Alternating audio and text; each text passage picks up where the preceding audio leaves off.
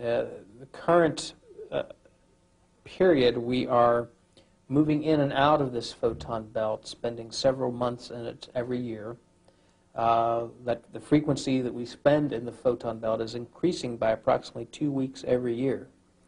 And according to the calculations of the Mayan calendar, around the year 2011, 2012 AD, we will be fully within the photon belt, and we will remain within the photon belt until around 4000 AD, according to the current calculations.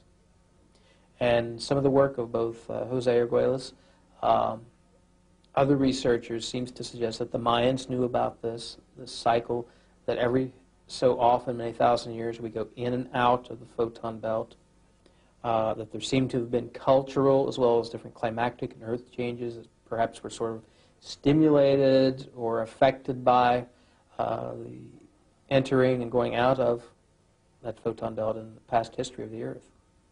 We are changing both DNA and RNA, many of us.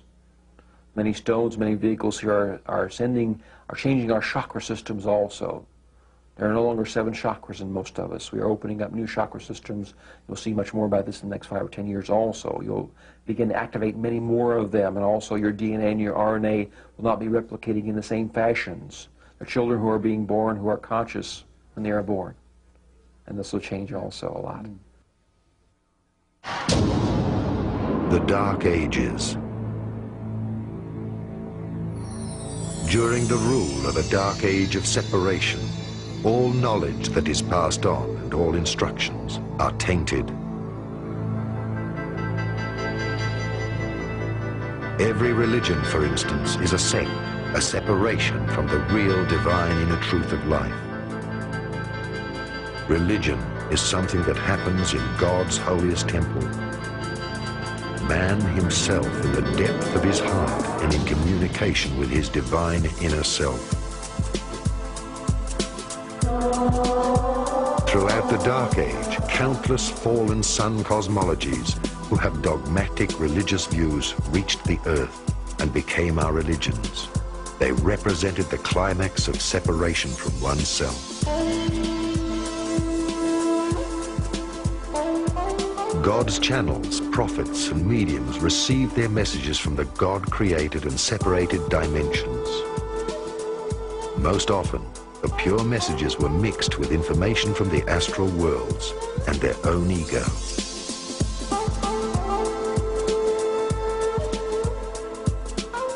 There are as many truths and religions as there are worlds and heavens of polarities and levels of development in the cosmos in their different dimensions. Every social structure which serves the power of the lobbies and the ego instead of mankind is a split, which in the end will restructure itself or crumble. All knowledge without love is a separation from being. Whilst the old program of the Dark Age runs out with the old light workers, the Illuminati, and their plans of a world dictatorship controlling the world of finance, it will disintegrate with the changes on Earth. The new incarnated light workers of the Galactic Confederation are already leading mankind into the new golden age.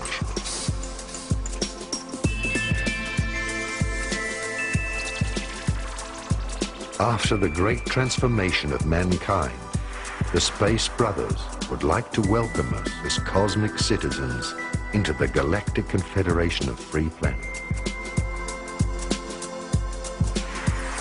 Where do the Illuminati receive their knowledge? Well, I would use the famous jokes and stories about Tesla and Edison. According to Edison, invention was 95% perspiration and 5% inspiration. According to Tesla, the way Tesla was doing his inventions, he would have 95% inspiration and probably 5% perspiration.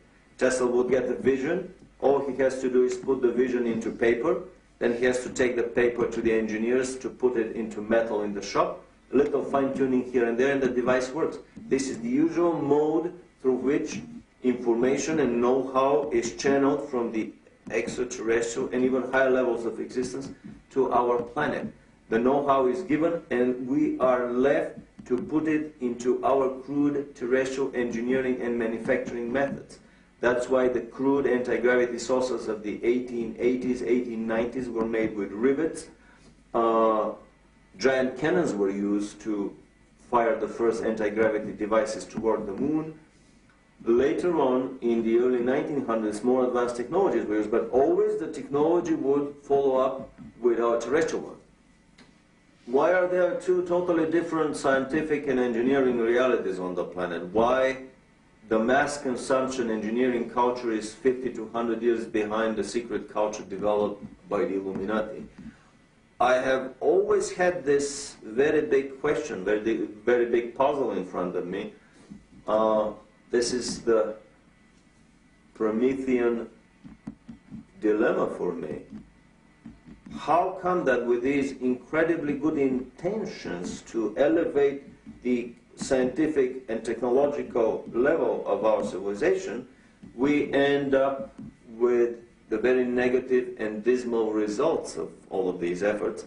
My feeling is that basically that is the major mode through which the, should I call it the independent angelic presence on the planet, is trying to corrupt the scientific and the political minds of the elite of our planet with visions of grandeur, with technologies that are too far ahead, possibly for our spiritual and moral development, and that are very dangerous, that can explode any minute and basically bring the end of our civilization, as has happened for dozens of times on our same planet. Again, information coming to us from many extraterrestrial revelations about previous illuminated efforts to speed up the evolution on the planet that ended up in very brutal, violent nuclear wars. The Illuminati have an agenda that would probably not be accepted in a normal, open voting system by the majority of the population on the planet. The creation of a new master race with hybridization, experiments done with animals. The first hybrids were done in German concentration camps 50 years ago, and there are people that have seen documentary films about living, walking, breeding hybrids between humans and animals. Creation of a new master race under illuminated guidance, and probably away from a package of genetic material that was introduced on the planet through an intervention by the Trinity.